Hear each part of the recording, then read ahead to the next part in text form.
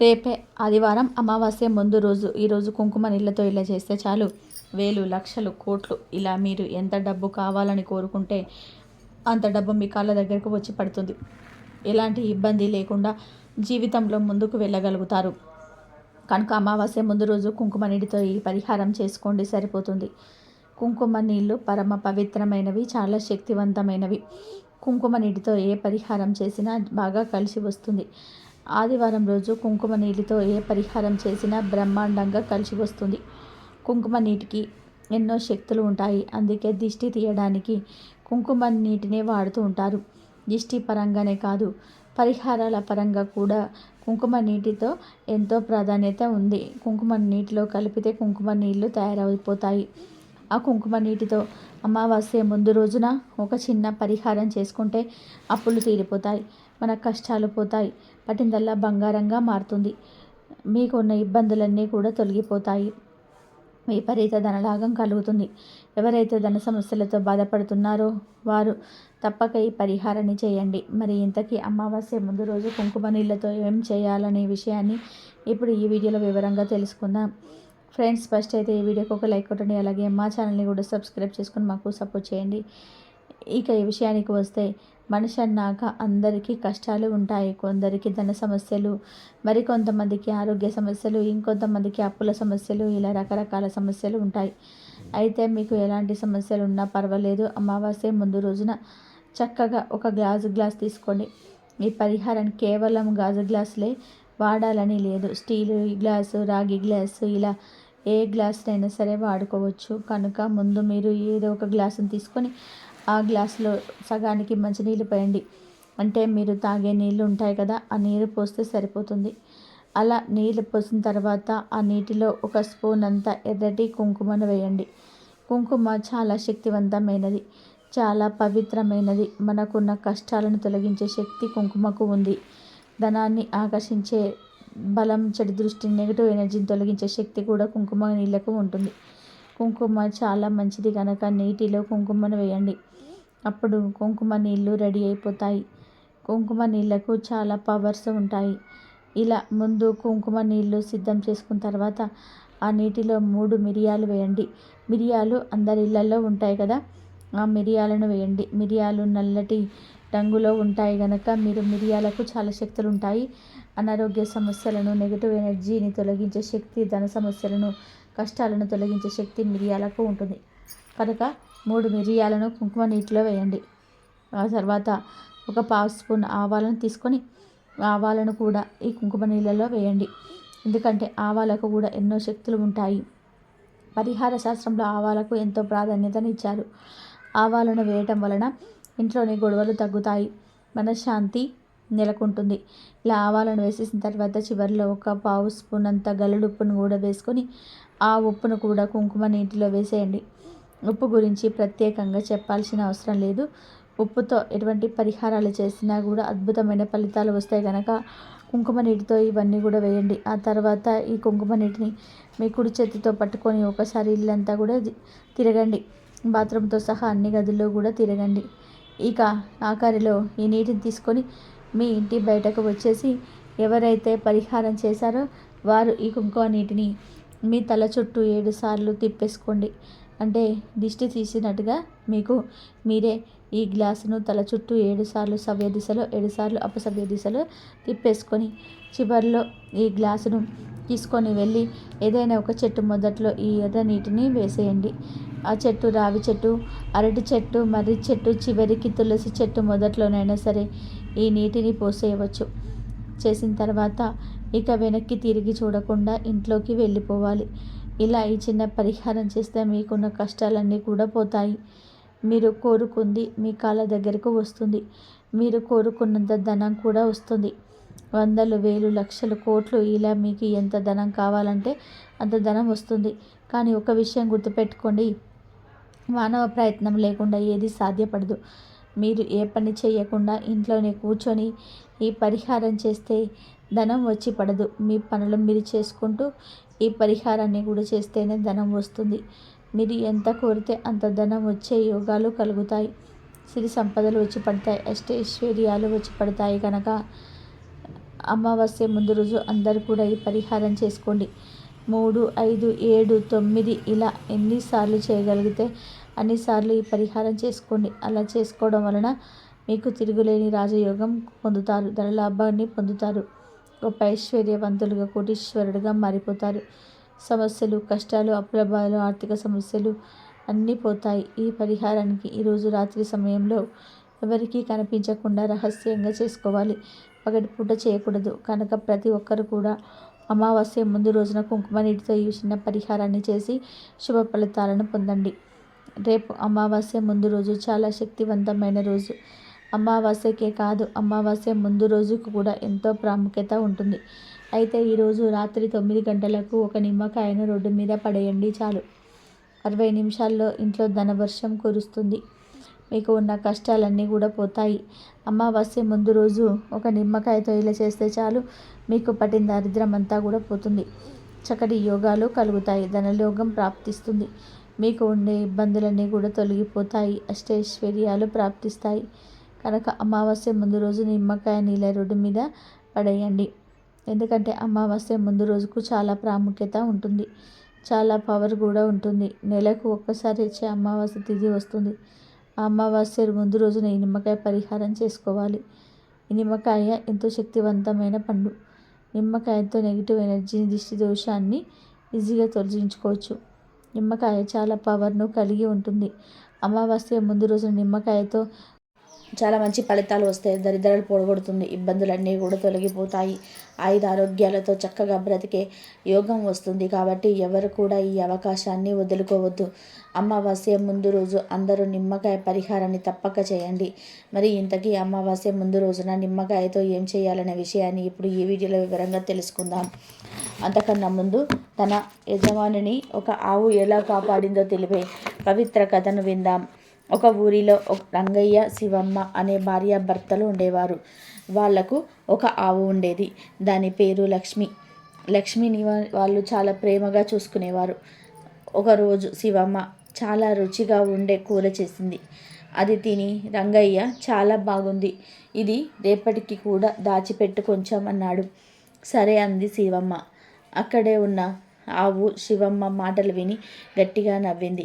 రంగయ్య నిద్రపోయిన తర్వాత శివమ్మ ఒక్కతే ఆవు దగ్గరికి వచ్చి, ఎందుకమ్మా లక్ష్మి, నేను ఏదో అంటే నువ్వు అంతలా నవ్వావు అని అడిగింది. అలా రంగయ్యకు రేపు అనేది ఉండదు, ఈరోజు రాత్రి అతడు మరణిస్తున్నాడు అని చెప్పింది ఆవు. అది విని శివమ్మ బాధపడుతూ, ఏదైనా ఉపాయం ఉంటే చెప్పమ్మా, పుణ్యం కట్టుకో అంది.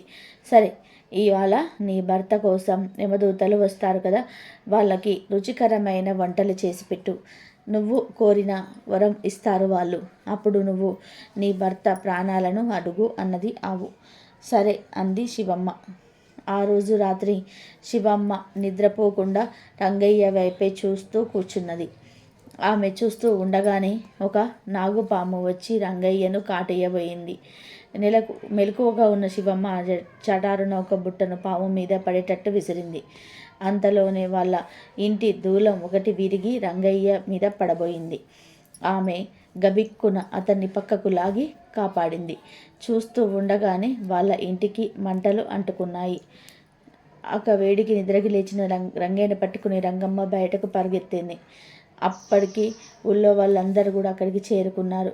అందరూ కలిసి నిప్పు ఆర్పారు. ఆ వెలుగులో దూరంగా నక్కి కూర్చున్న యమభటులు కబనపడ్డారు శివమ్మకు. ఆమె దగ్గరకు వెళ్ళగానే, వాళ్ళు అంతా అప్పుడే అయిపోయింది అనుకోకు, మేము వచ్చిన పని అయ్యేంత వరకు కూడా మేము వెనక్కి వెళ్ళేది లేదు అన్నారు. ఆమె వాళ్ళతో మర్యాదగా మాట్లాడి, ఎట్లాగో వచ్చారు, ఆయన తీసుకుపోతూ అంటున్నారు, అయినా దానికోసం నేనుండే ఇల్లు తగలబెట్టడం మీకు తగిన పనేనా, ఇంకా ఎలా బతకను అని అడిగింది. సరే ఎడవకు, నీ ఇంటిని మళ్ళీ మామూలుగా చేసేస్తాను అని యమభటులు ఇంటిని మళ్ళీ మామూలుగా చేసేసారు.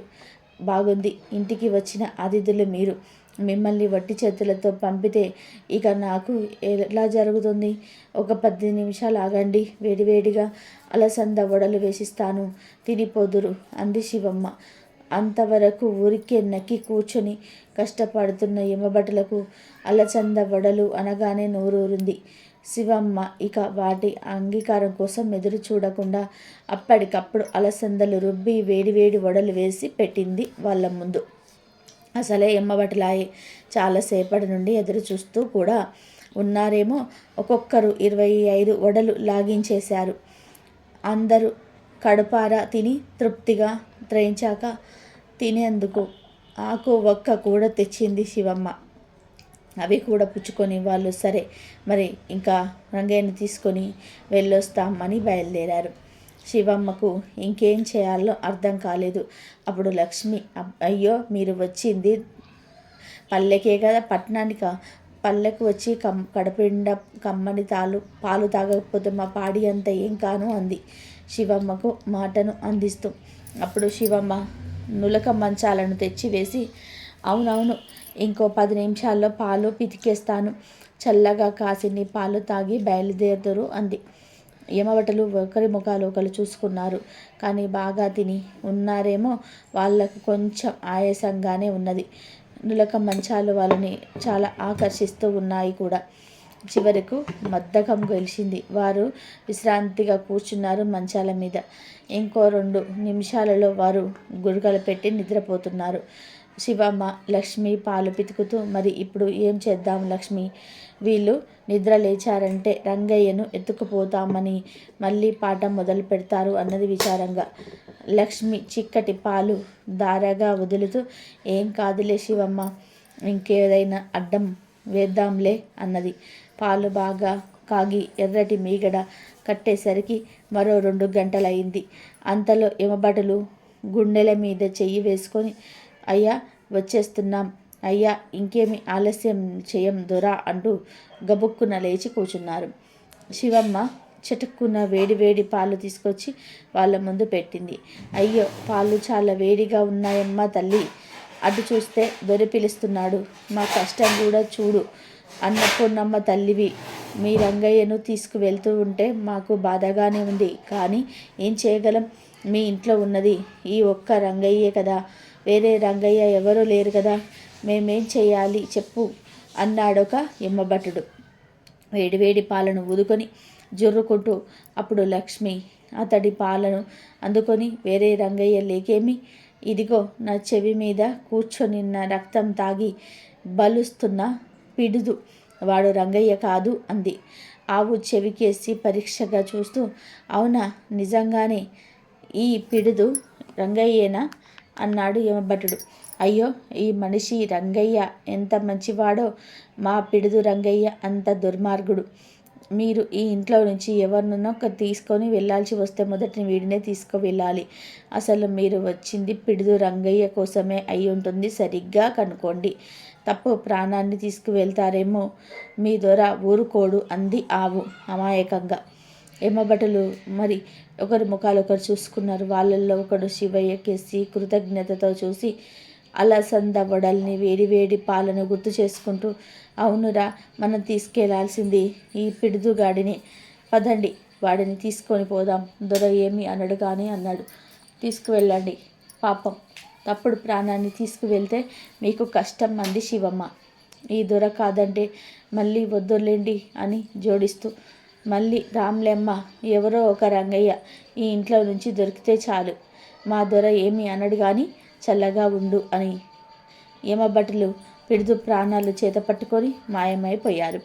అప్పుడు ఆవును ఆప్యాయంగా నిమురుతూ, పిడుదు రంగయ్య కోసం ఊరందరికీ భోజనాలు పెట్టిద్దాం లక్ష్మి అన్నది శివమ్మ. ఇక వీడియోలోకి వస్తే, అమావాస్య ముందు రోజున చక్కగా ఉదయం లేచి శుచిగా స్నానం చేసుకొని ఇల్లంతా శుభ్రం చేసుకోండి. ఆ తర్వాత ఈ నిమ్మకాయను 2 ముక్కలుగా కట్ చేయండి, అంటే అడ్డంగా కట్ చేయండి. ఆ తర్వాత ఈ నిమ్మకాయ ముక్కలకు ఒక్కొక్క దానికి 2 లవంగాలు గుచ్చండి. ఆ పైన కొంచెం పసుపు కుంకుమలను కూడా చల్లండి. లవంగాలు, పసుపు, కుంకుమలు, నిమ్మకాయ అవన్నీ కూడా చాలా ఈజీగా చెడును, నెగిటివ్ ఎనర్జీని లాగేసుకుంటాయి. ఎంతో శక్తివంతమైన పదార్థాలు గనక ముందు నిమ్మకాయను కట్ చేసి 2 లవంగాలను గుచ్చి పసుపు కుంకుమలను చల్లండి. తర్వాత ఈ 2 నిమ్మకాయల ముక్కలను తీసుకొని వెళ్ళి మీ ఇంటి మెయిన్ డోర్ ముందు 2 వైపులా కూడా ఒక్కొక్క ముక్క పెట్టి వదిలేయండి. ఆ రోజంతా కూడా ఇక వాటిని కదపకుండా అలా వదిలేయండి. మళ్ళీ ఈరోజు రాత్రి కరెక్ట్గా 9 గంటలకు ఆ నిమ్మకాయ ముక్కలను తీసి ఎక్కడైనా సరే రోడ్డు మీద పడేసి వెనక తిరిగి చూడకుండా ఇంటికి వచ్చేసేయండి. ఇంట్లోకి వెళ్ళే ముందు కాళ్ళు చేతులు కడుక్కొని వెళ్ళండి. ప్రతి నెలలో అమావాస్యకు ముందు రోజున ఈ చిన్న పరిహారం చేస్తే తిరిగి లేని రాజయోగం పడుతుంది. కష్టాలు కన్నీళ్లు పోతాయి. దిష్టి నెగిటివ్ ఎనర్జీ పోతాయి. ఈ పరిహారం చేసిన 60 నిమిషాల్లో మీకు ఏదో ఒక మంచి జరుగుతుంది. మీకు ఏదో ఒక విధానంగా శుభవార్త వింటారు. ఇంట్లో ధనవర్షం కురుస్తుంది కనుక మీరు కూడా అమావాస్య ముందు రోజు నిమ్మకాయతో పరిహారం చేసి శుభ ఫలితాలను పొందండి.